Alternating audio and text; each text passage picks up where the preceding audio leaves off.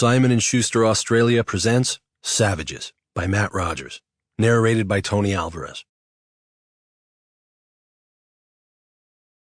We were not realizing that with just a machete, you can do a genocide. Boutros Ghali.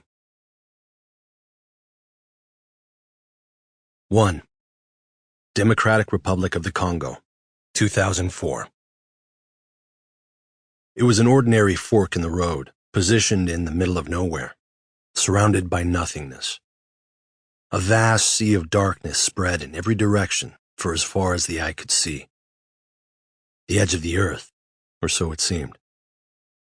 4 men stood on the hot gravel, sweating freely amidst the stifling humidity. Silhouettes in a wasteland. On the horizon, the terrifying shadow of a stratovolcano dwarfed all its neighboring surroundings. There wasn't a street light in sight.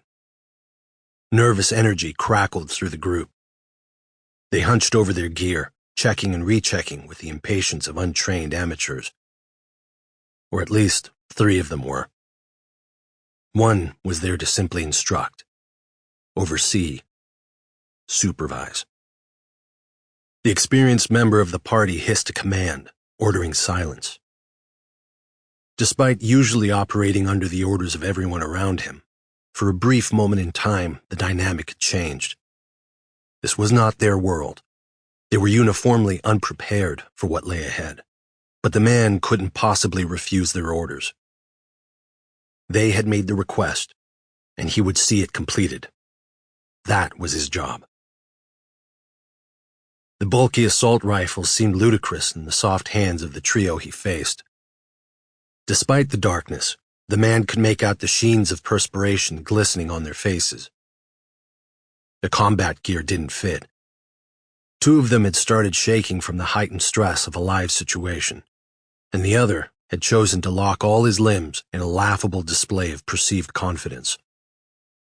In reality, it made him look like a fool. The experienced man shot a question across the fork in the road, his South African accent biting. "You all ready?" The trio shuffled on the spot. "Yeah," one of them managed. His voice wavered. The South African guy sighed, making a point of the gesture.